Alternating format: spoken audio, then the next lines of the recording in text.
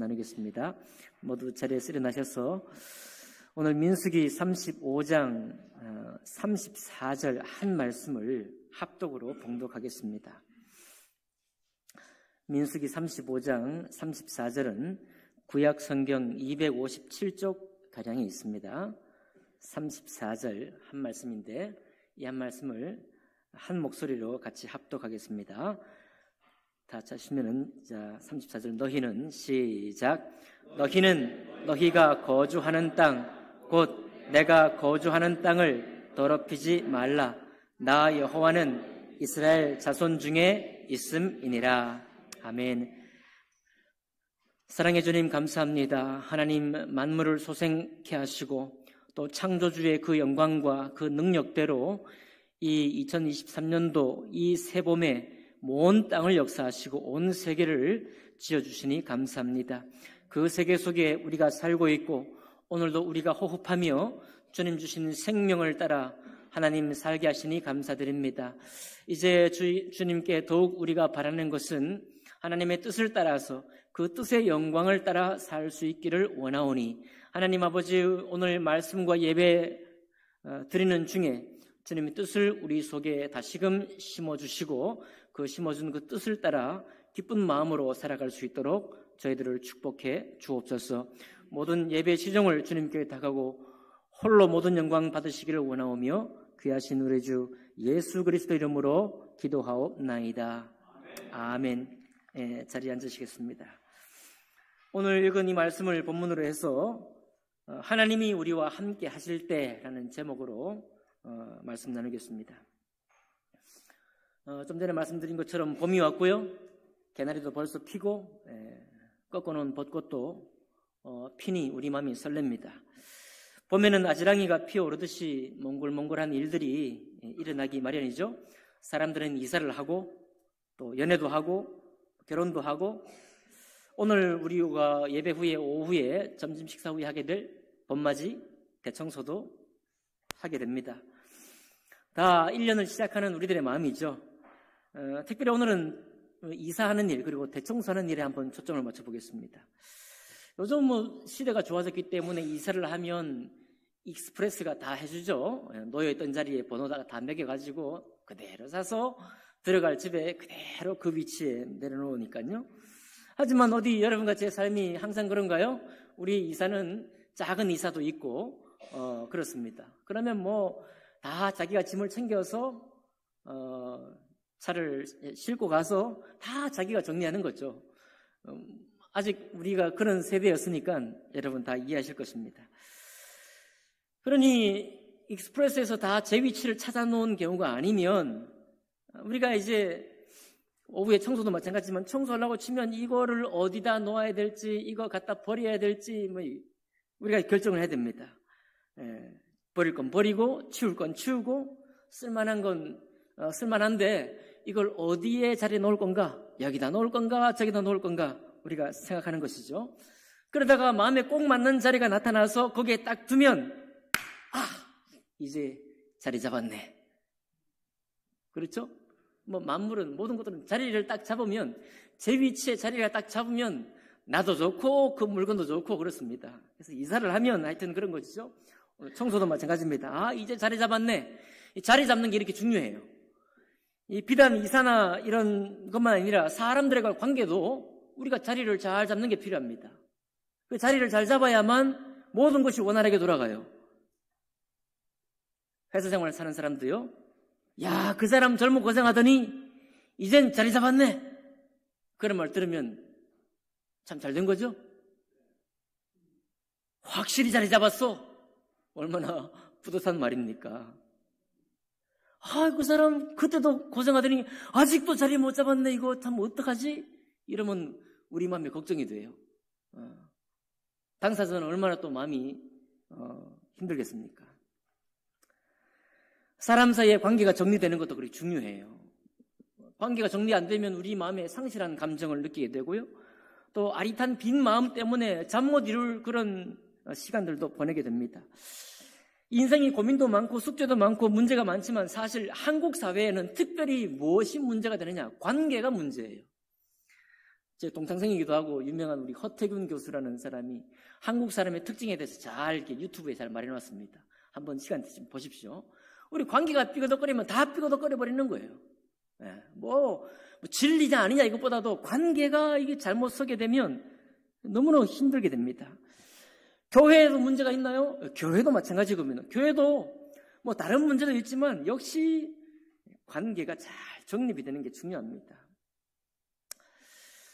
또 여러분 우리도 하나님과 우리 사이도 관계가 잘 정립되는 게 중요하겠죠? 하나님도 우리 안에 자리를 잘 잡아야 돼요. 우리도 주님 안에 자리를 잘 잡아야 됩니다. 그래야 신앙이 되는 거거든요. 인생은 절반은 자리 잡으려고 보냅니다. 맞죠? 그 다음에 또 인생의 절반은 그 자리에서 내려오는 훈련을 하려고 또 보내는 거예요. 이 자리는 항상 고정되어 있지 않습니다. 자리 잡았네 하는 그 시간도 영원한 시간이 아닙니다. 한 10년 지나면 그 자리에서 내려와야 돼. 저도 그렇죠. 우리 다 똑같아요.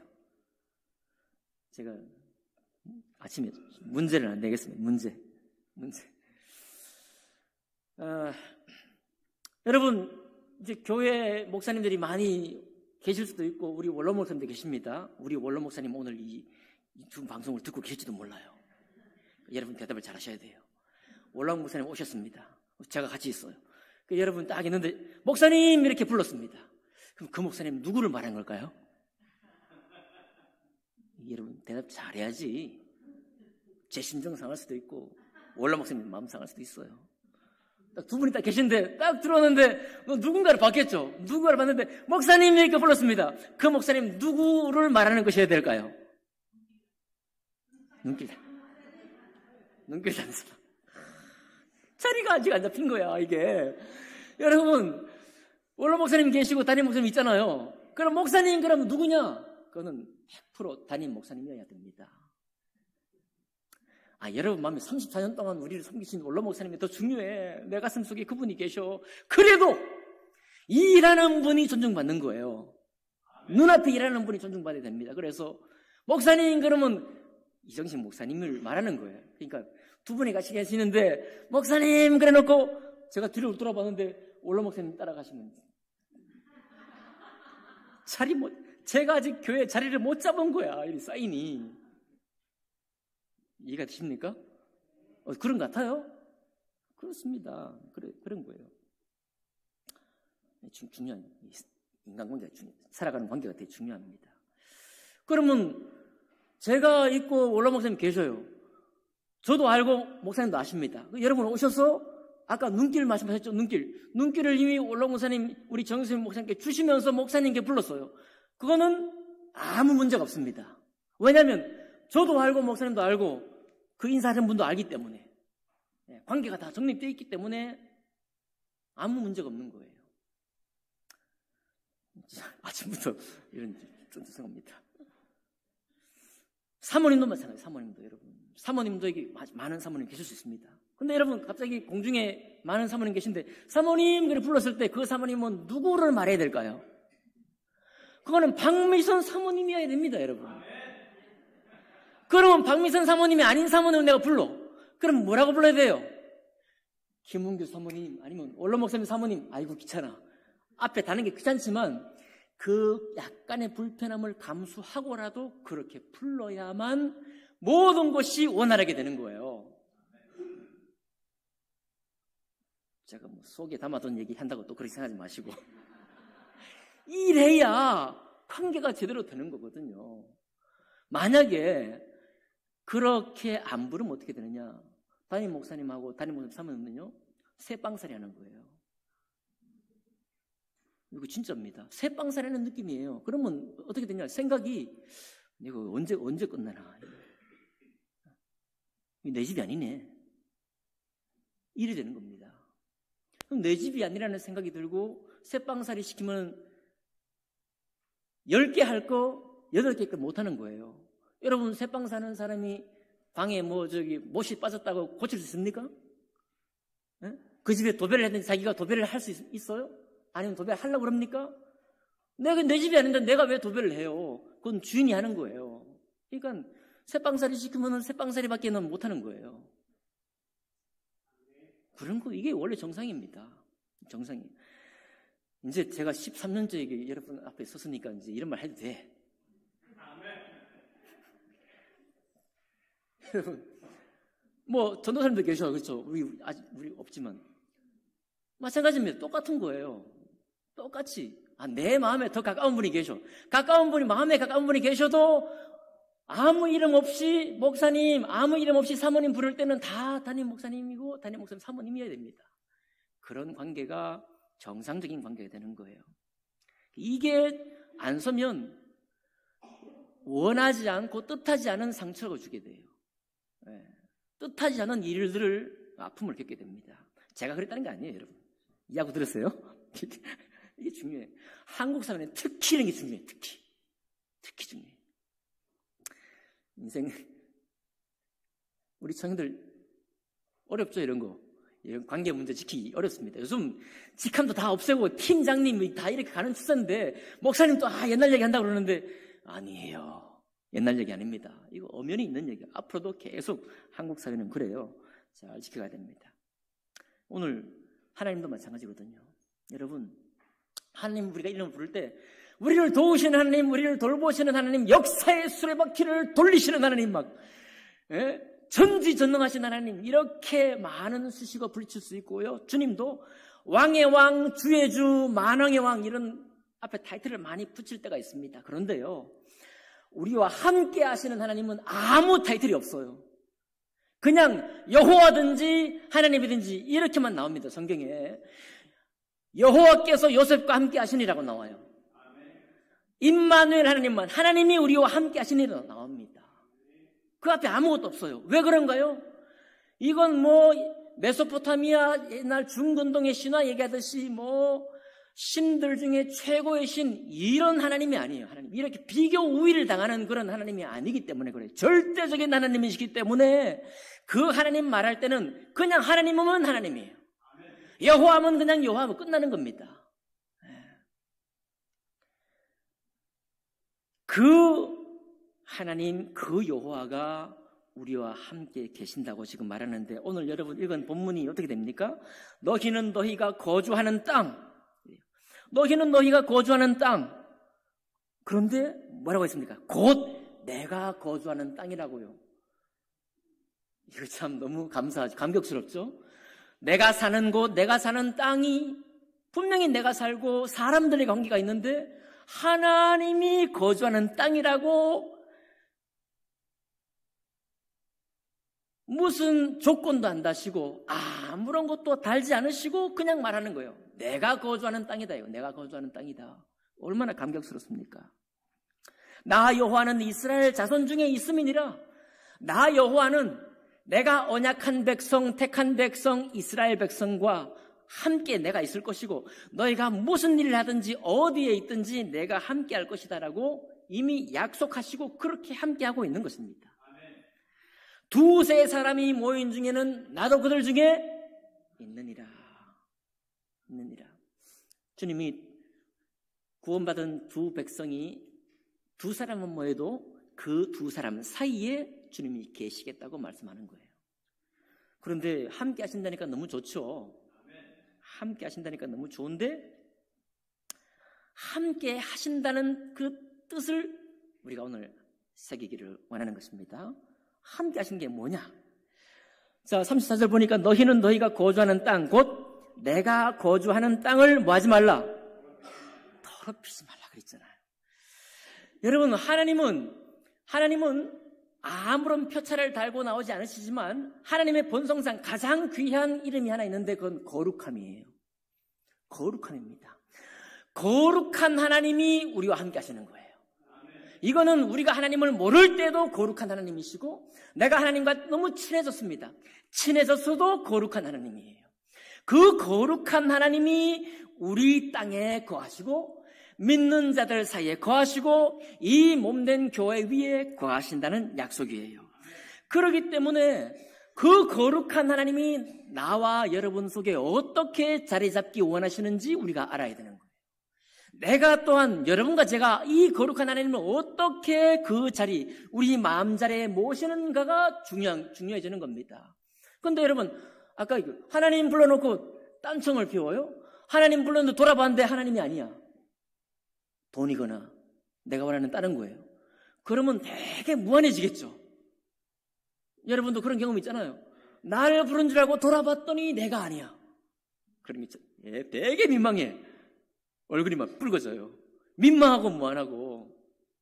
하나님을 향해서 여러분과 제가 하나님 친하다고 말이에요. 하나님과 내가 친밀해졌다고 하나님 불러놓고 멍한 눈을 뜨고 하나님 바라본다든지, 하나님 불러놓고 딴 곳을 쳐다봤다든지, 이렇게 되면은 하나님 되게 민망할 거 아닙니까? 되게 무한해지잖아요. 그죠? 그러니까 여기 하나님 곧 내가 거주하는 땅, 두세 사람이 모인 곳에는 나도 그들 중에 있느니라고 말했는데, 그 말은 뜻이 뭐냐면 주님이 주인이라 이거예요. 우리와 함께 하시는데 그분이 우리의 주인이야. 우리의 대화 속에 자유롭게 우리는 말할 수 있습니다. 우리가 자유롭게 할 수 있는 권리를 주님이 우리에게 주셨어요. 그런데 다만 우리가 잊지 말아야 될 건 뭐냐면 주는 주님이시다.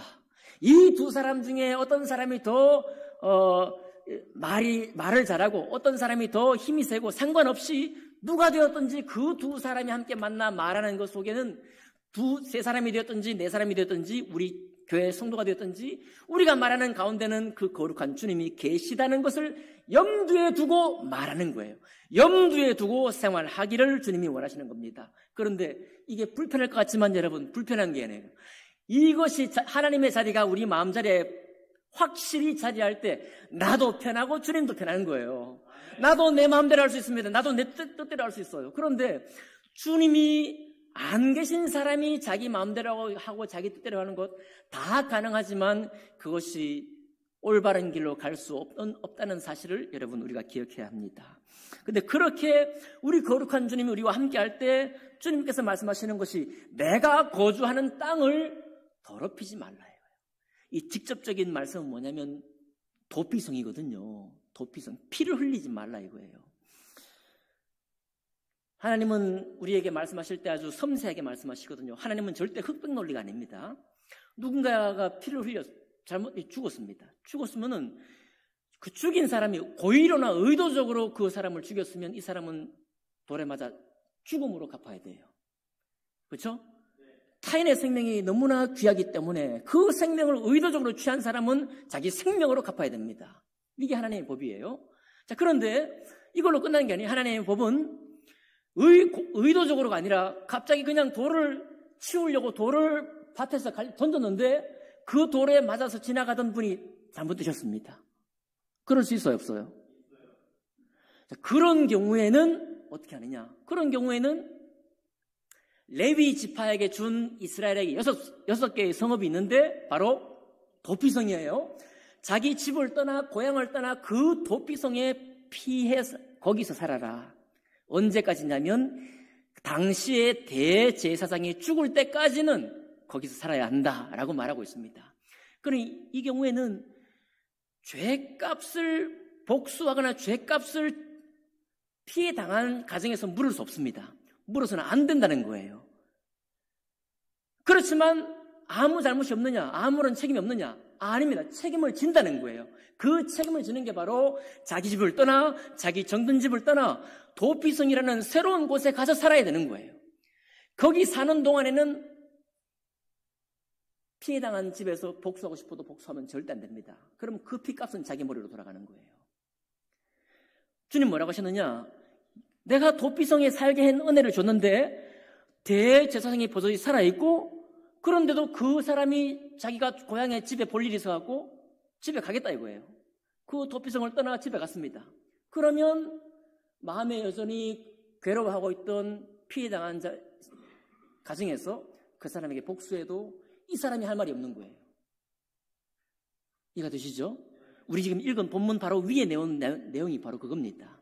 그러니 그건 자세한 내용이지만 실제로는 하나님이 함께 하시는 땅을 더럽히지 말라, 피로 더럽히지 말라, 원수 갚지 말라, 복수하지 말라, 그런 내용이거든요. 하나님의 땅을, 거룩한 땅을 거룩한 주님이 함께 하시니 그렇게 막무가내로 더럽히지 말라라고 말씀하고 있는 것입니다. 그 앞에 말씀에는 뭐라고 되어 있는가 하면 미디안 여인과 이스라엘 백성들이 함께 해가지고 결혼을 하거나 음행을 하는 일이 있었습니다. 그것 또한 하나님이 함께하는 땅을 더럽히는 행위거든요. 그럴 때 주님께서 뭐라고 했는가 하면 남자를 아는 여인들은 다 제하고 그리고 철이나 금이나 불에 타지 않은 것들은 전부 다 불타는 불 가운데로 지나가게 해라. 그러니 그 부정함이 지금 다 묻었다는 거예요. 미디안 여인으로 인해서 부정하게 된 그 땅, 하나님이 함께하는 그 땅이 부정해졌으니 그 부정을 씻어야 된다 그 말입니다. 그 씻기 위한 방법이 철이나 금같이 불에 타지 않은 것들은 다 불을 타서 불을 지나게 해서 정결케 하고, 그죠? 여러분, 우리가 딸 때도 바늘 이렇게 따기 전에 어제도 땄으니까 오늘 딸 때는 어떻게 합니까? 소독할 때 라이터 불 켜갖고 불 이렇게 달고 가지고 소독하죠? 똑같이 소독하라는 거예요. 자, 불에 타지 않는 거, 우리의 옷이나 입은 것들은 전부 다 어떻게 합니까? 몸은 씻고 옷은 빨아서 정결케 하고 다시 시작하라. 그렇게 말씀하시는 거예요. 그러니까 첫 번째 하나님이 우리와 함께 하신다는 건 찬양처럼 그냥 말랑말랑한 찬양으로 정말 하나님이 나와 함께 하시는 나는 정말 기쁘다, 고맙다, 감사하다. 이것 이전에 그 나와 함께 하시는 하나님이 거룩하신 하나님이기 때문에 내 마음자리에 거룩한 하나님이 계시도록 그 자리를 마련하는 것이 중요한 겁니다. 그렇게 하라는 거예요. 그렇게 하라는 사실이 바로 내가 거주하는 땅을 더럽히지 말라 그런 거예요. 여러분, 우리가요, 하나님과 우리가 아무리 친해져도 하나님과 우리 사이에 거리가 있다는 사실은 기억해야 합니다. 그죠? 왜냐하면 그분은 존재가 거룩하신 분이시고 우리는 존재로는 거룩할 수 없는 사람이에요. 우리는 그리스도 예수의 은혜를 힘입어서 죄 없다 하심을 받고 하나님의 자녀라고 일컬음 받은 존재이지, 우리가 구원받았다고 거룩한 존재가 바로 되어 있는 게 아닙니다. 그 간극이 있기 때문에 우리가 예배하는 거예요. 그 간극이 있기 때문에 내 마음자리에 모신 하나님의 거룩함이 내 삶에도 계속해서 거룩함을 이루어가기 원한다고 예배하고 말씀을 묵상하고 하는 겁니다. 그러니까 여러분과 제가 친해져도, 죄송해요, 또 이렇게 또 비유를 해서 죄송한데, 우리 사이에도 친해져도 조금 남아있는 그 간극은 있어야 돼요. 그게 제가 거룩하기 때문이 아닙니다. 네. 하나님의 말씀을 사이에 두고 교제하는 관계이기 때문에 그 약간의 조금 있는 그 틈을 가지고 우리가 서로 만나야만 서로에게 대한 관계가 성립이 되고, 그리고 서로 방종하지 않으며 서로 배우고자 하는 마음이 생기는 거예요. 맞죠? 하지만 우리는 세월이 갈수록 어떻게 됩니까? 더 친해지려고 하는 거죠, 당연히. 하나님하고도 마찬가지입니다. 우리는 이 거룩한 하나님을 내가 맛보았다면 우리는 주님과 더 친밀한 관계가 되려고 애를 쓰는 거예요. 여러분, 사람 만날 때 연애를 하면은 처음에는 탐색을 하지 않습니까? 시합을 해도 복싱 선수들도 1회전, 2회전은 탐색전이에요. 거리 한번 재보고 주먹이 들어갈까 말까 재보다가 3회전 딱 들어가면서부터 자기 실력을 발휘하잖아요. 그러니까 처음에 우리가 주님 만날 때는 두려움으로 만나기도 하고, 거룩한 하나님 앞에 내가 어떻게 나갈 수 있는가 그렇게 막 물으면서 죄인처럼 있다가 주님 은혜를 만나가지고 주님을 내 마음에 모시고, 그때부터는 이제 본격적으로 친해지는 거예요. 본격적으로.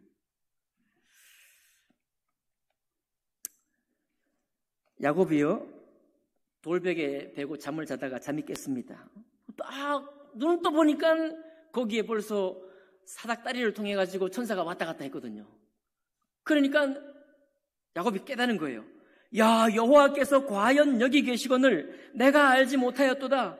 이에 두려워하여 이르되 두렵도다 이곳이요, 이것은 다름 아닌 하나님의 집이요, 이는 하나님의 문이로다. 아니, 하나님이 나와 함께 하셨으니까 너무 감사하고 좋아야죠. 야, 하나님이 나와 함께 하신다고 막 기뻐해야 될 것 같지만은 그 이전의 단계가 뭡니까? 두렵도다요, 두렵도다. 왜 하나님이 나에게 이렇게 가까이 계시는가 말이에요.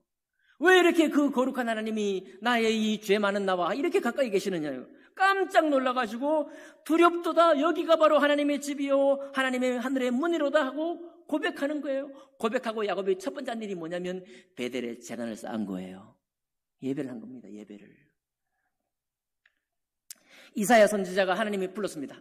이사야야, 너 내일 좀 해야 되겠다 라고 부르니까 이사야가 또 깜짝 놀라가지고 그때 내가 말하되 화로다 나여 망하게 되었도다. 나는 입술이 부정한 사람이요 나는 입술이 부정한 백성 중에 거주하면서 만군의 여호와의 신 왕을 배웠음이로다. 그 거룩한 하나님이 나를 불렀고 내가 그분을 뵙자마자 당장에 우리의 고백이 나는 입술이 부정한 사람입니다. 이게 바로 거룩한 하나님 앞에서는 우리의 첫 번째 자세예요. 우리 첫 번째 모습입니다. 우리가 구원받기 전에도 그렇고 구원받은 이후에도 우리 마음에 하나님을 향한 그런 거룩한 관계가 성립되어 있다고 한다면 우리 마음속에 그런 관계가 있는 거예요. 그러니까 세상에서 교회를 향해 뭐라고 하든 목사님들이 어떻게 행동했든 우리 성도님들이 어떻게 행동했든 하나님이라는 그 이름이 불리는 곳에 예배가 진행되는 그 자리에 다른 걸 끌고 와가지고 망령되게 행할 수가 없는 거예요. 내가 그 하나님을 내가 모셨기 때문에 그렇습니다.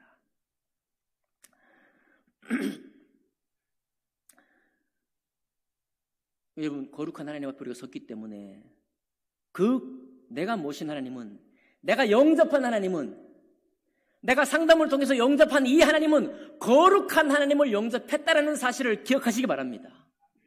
그냥 영접하라니까 영접했습니다. 침례 순종했어요. 나의 하나님의 자녀네. 이렇게 첫 관계를 잘못 맺어놓으면 신앙이 될 수가 없습니다. 교회 온다면 교인이지 그게 하나님의 자녀인가요? 교회 다니면 교회 다니는 사람이지 하나님의 자녀입니까? 100년을 다녀도 그분은 교인이지 하나님의 자녀가 아닌 거예요. 거룩한 하나님이 내 속에 모셔드리는 사람, 그 사람이 바로 하나님의 자녀인 것입니다. 그래서 그 만남이 우리에게 깨어진 만남이고 상한 만남이고 상한 심령으로 만난 그런 만남이고 회개의 가슴으로 찢어진 마음으로 내가 만난 하나님이고 눈물로 만난 하나님이고 그러므로 그때 만난 하나님은 나의 구원자일 뿐만 아니라 나의 주님이시니 내가 이제부터는 전에는 주님 말씀을 듣지 않고 살았더니 이제부터는 주님 말씀을 들으며 사는 사람으로 내가 다시 태어났습니다 라고 고백하는 것이 구원의 고백이에요.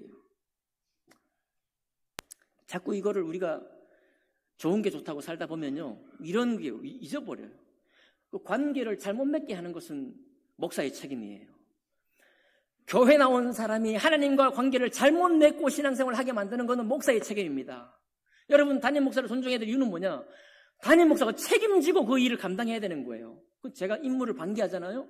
제가 그 분명한 관계를 맺지 못하도록 좋은 게 좋은 거고 그냥 이것도 저것도 좋고 이렇게 나가면 제가 주님께 매맞는 겁니다. 이게 중요한 거죠. 그런데 이것이 먼저 맺어지면요 그 다음부터는 하나님이 항상 두려운 하나님만 생각합니까? 아니에요. 그것이 우리 마음에 상한 마음으로 영접되고 나면 그때부터 이 하나님은 정말 좋으신 하나님이에요. 창세기 39장 2절 21절에 여호와께서 요셉과 함께 계시고 거기 창세기 벌써 여호와께서 요셉과 함께 계신다는 이 말씀의 뜻이 뭐냐면 여호와께서 요셉과 함께 계시니 그를 그 어려움에서 건져내셨도다 이거예요.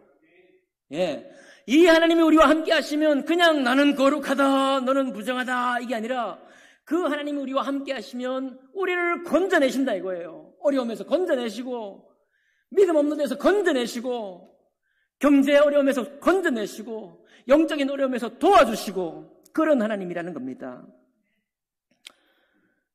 사도행전 7장에도 이렇게 말했어요. 여러 조상이 요셉을 시기하여 애굽에 팔았더니 하나님이 그와 함께 계셔 그 모든 환난에서 건져내사. 아멘이죠? 창세기 48장 21절입니다. 이스라엘이 요셉에게 또 이르되 나는 죽으나 하나님이 너희와 함께 계시사 너희를 인도하여 너희 조상의 땅으로 돌아가게 하시려니와. 무슨 말입니까? 이 좋으신 하나님이 우리와 제대로 관계를 딱 맺고 나면 이 하나님은 우리를 인도하시는 하나님이에요. 좋은 곳으로 인도하시는 하나님인 것입니다. 마태복음 1장 23절입니다. 보라, 처녀가 잉태하여 아들을 낳을 것이요 그 이름은 임마누엘이라 하리라 하셨으니 이를 번역한즉 하나님이 우리와 함께 계시다 함이라. 그분의 이 하나님, 함께 하시는 이 하나님은 우리를 건져주시는 하나님, 우리를 구원하시는 하나님으로 우리에게 찾아오신 하나님이에요.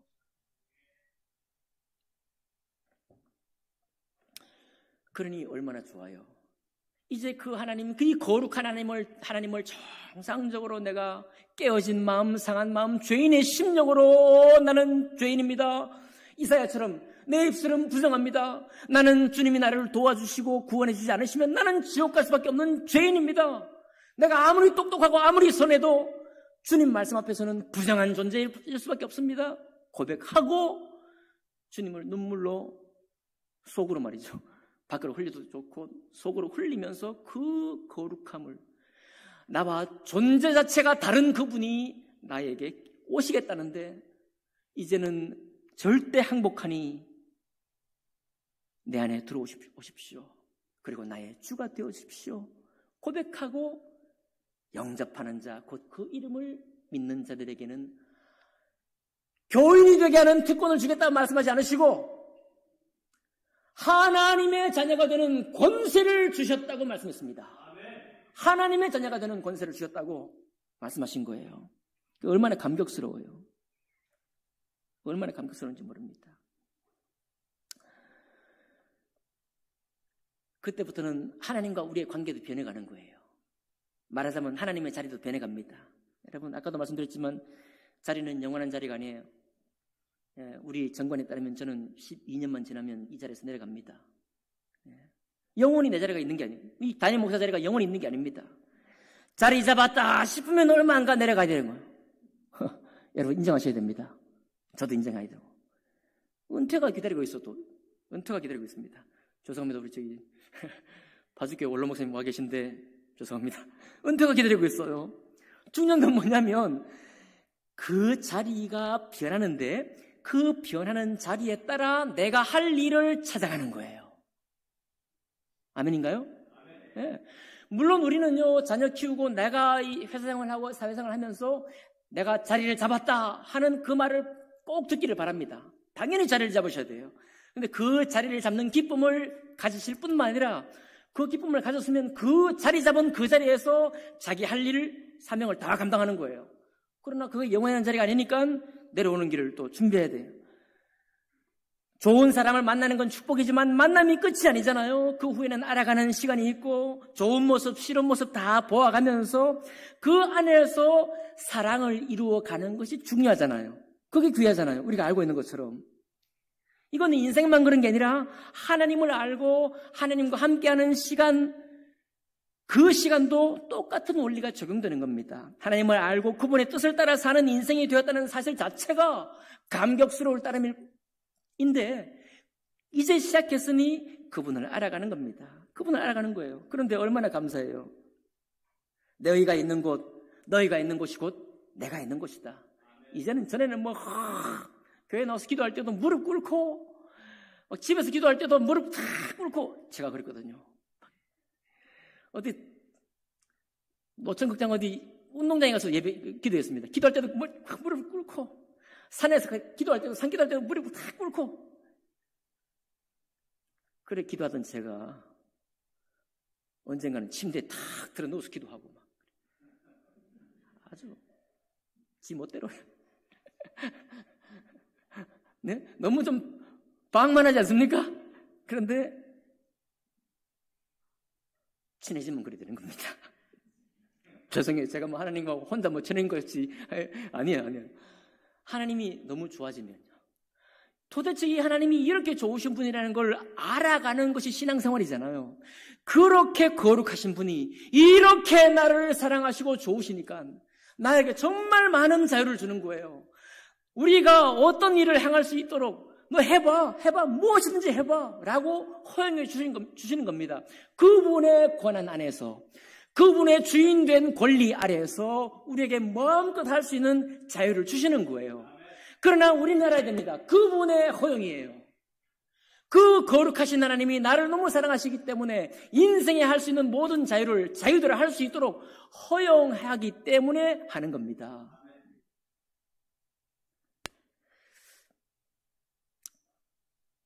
진실로 너희에게 이르노니 무엇이든지 너희가 땅에서 매면 하늘에서도 매일 것이요 무엇이든지 땅에서 풀면 하늘에서도 풀리리라. 진실로 다시 너희에게 이르노니 너희 중에 두 사람이 땅에서 합심하면 무엇이든지 구하면 하늘에 계신 내 아버지께서 그들을 위하여 이루게 하시리라. 두세 사람이 내 이름으로 모인 곳에는 나도 그들 중에 있느니라. 이 맥락에 나온 얘기예요. 우리가 기도가 다 기가 막혀 기도가 안 나옵니다. 어떨 때? 저 사람 영접하기 싫어. 저 사람 나를 너무 힘들게 해. 기도조차 안 나와요.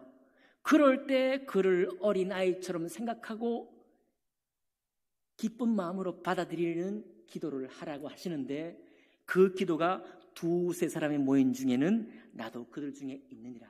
내가, 전능한 내가 그 어려운 가운데 있는 너의 마음을 돕고 그를 도와서 그 일이 이루어지도록 하겠다라고 약속하는 거예요.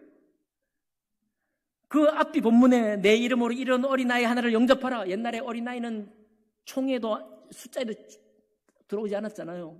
그건 하나님이 어린아이를 얼마나 귀하게 생각하시는지 저 어린아이를 영접하라고 하니까 어른들이 깜짝 놀라요. 그 깜짝 놀라서 영접하기 싫은데 영접하라. 왜? 두세 사람이 모인 곳에는 나도 그들 중에 있기 때문에 그렇습니다. 잃어버린 양을 찾으라고 하셨어요. 잃어버린 양 찾기 싫은데 우리끼리 좋은데 우리끼리 교회를 이루어가는 게 좋은데 왜 저 사람을 찾으라고 그래요? 싫어요. 안 가요. 그런데 주님이 말씀하시는 거예요. 두세 사람이 내 이름으로 모인 중에는 나도 그들 중에 있느니라. 도와주겠다는 것입니다. 70번, 7번씩 용서하래. 바로 그 밑에 본문에 보면 70번, 7번씩은커녕 한 번 용서하기도 버거워하는 우리 아닙니까? 베드로는 3번 했다고 그러는데 7번도 과하죠. 한 번 용서했는데 또 그래. 너랑 나랑 끝이다. 내가 그래도 널 생각해서 그래도 용서했는데 넌 끝이야. 이러는 게 우리의 성정이잖아요. 근데 70번씩 7번 할 수 있습니까? 죽으란 소리, 죽으란 소리. 그 죽으라는 소리로 기도조차 안 나오는데 주님이 하시는 얘기가 뭐냐면 두세 사람이 내 이름으로 모인 곳에는 나도 그들 중에 있느니라 격려하시는 거예요. 내가 너를 도와주겠다는 겁니다. 그 깨어진 관계 속에 두지 않으시고 파탄난 관계 속에 그대로 두지 않으시고 너를 도와, 너도 돕고 이 사람도 도와가지고 되도록 하겠다라고 주님이 약속하는 거거든요. 그러니까 나의 성정은 거부하고 반대하고 싶지만 이 주님이 내 안에 계시니까 힘들지만 버티는 거예요. 이기는 사람이 누구예요? 끝까지 버티는 사람이 이긴대요. 네? 끝까지 말씀으로 버티는 사람이 이긴다고 하지 않습니까? 버티는 겁니다. 버티는 것. 버티는 사람이 이기는 거예요. 여러분 이제 말씀을 마무리하겠습니다. 여러분, 예배 시간은요 무조건 순종하는 시간은 아닙니다. 하나님 말씀 순종하는 게 좋지만 예배 시간에 설교는 제가 하잖아요. 그죠? 그러면 예배는 어떤 것이냐? 목사님의 설교와 여러분의 생각이 하나님의 말씀을 향해 합을 맞춰가는 시간이 설교 시간이에요. 예배 시간입니다. 그것이 좀 더 자연스러워지면 하나님의 말씀과 직접 여러분의 목소리, 내가 인생에 사는 인생의 경험, 나의 결론, 이 두 가지가 대화하는 시간이 예배 시간이에요. 저 말씀 들어도 되나? 저게 과연 타당하냐? 생각하면서 나와 하나님과의 사이에 합을 맞춰가는 시간이 예배 시간입니다. 그 축복을 주님이 우리에게 주신 거예요. 그러니 여러분, 하나님이 우리와 함께 할 때라는 제목 혹시 말씀을 가지고 하나님이 나와 언제 함께 하실까라는 말씀일까? 혹시 했던 분들은 실망했을지 모르겠네요.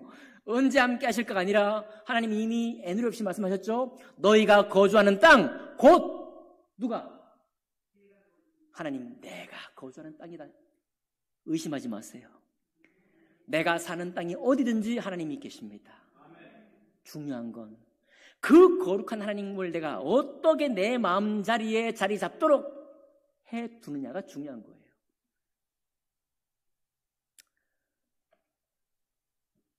(4월 2일) 날 침례식을 하겠습니다. 4월 9일이 부활주일이기 때문에 4월 9일은 주의 만찬에 참여해야 되거든요.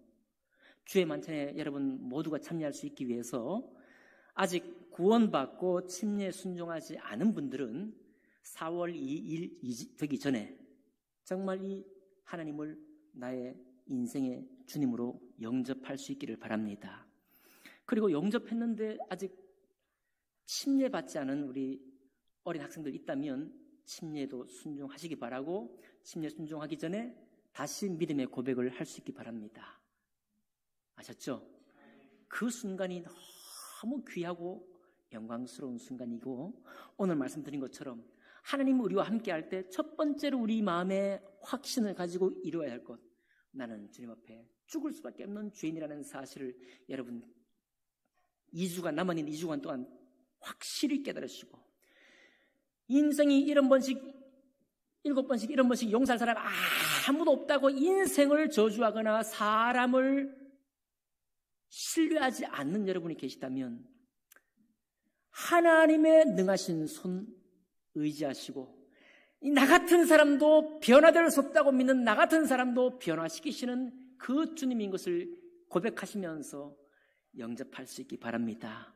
그러면 잠깐 눈물 흘리지만 그 다음부터는 기쁨이에요. 감사합니다. 찬양이에요. 즐거움입니다. 그 다음부터는 하나님과 친밀한 관계를 맺어가는 것, 하나님의 뜻을 기쁘게 알아가는 것 밖에는 없어요. 하나님은 우리와 함께 하기를 원하셨습니다. 그리고 지금도 우리와 함께 하십니다. 하나님의 우리 마음자리에 잘 자리 잡아서 믿음의 고백으로 먼저 자리 잡게 해서 우리와 하나님의 관계가 더욱더 친한 관계, 더욱더 나에게 많은 자유를 더욱 허락하시는 그런 관계가 되시기를 주님 이름으로 축복합니다. 기도하겠습니다.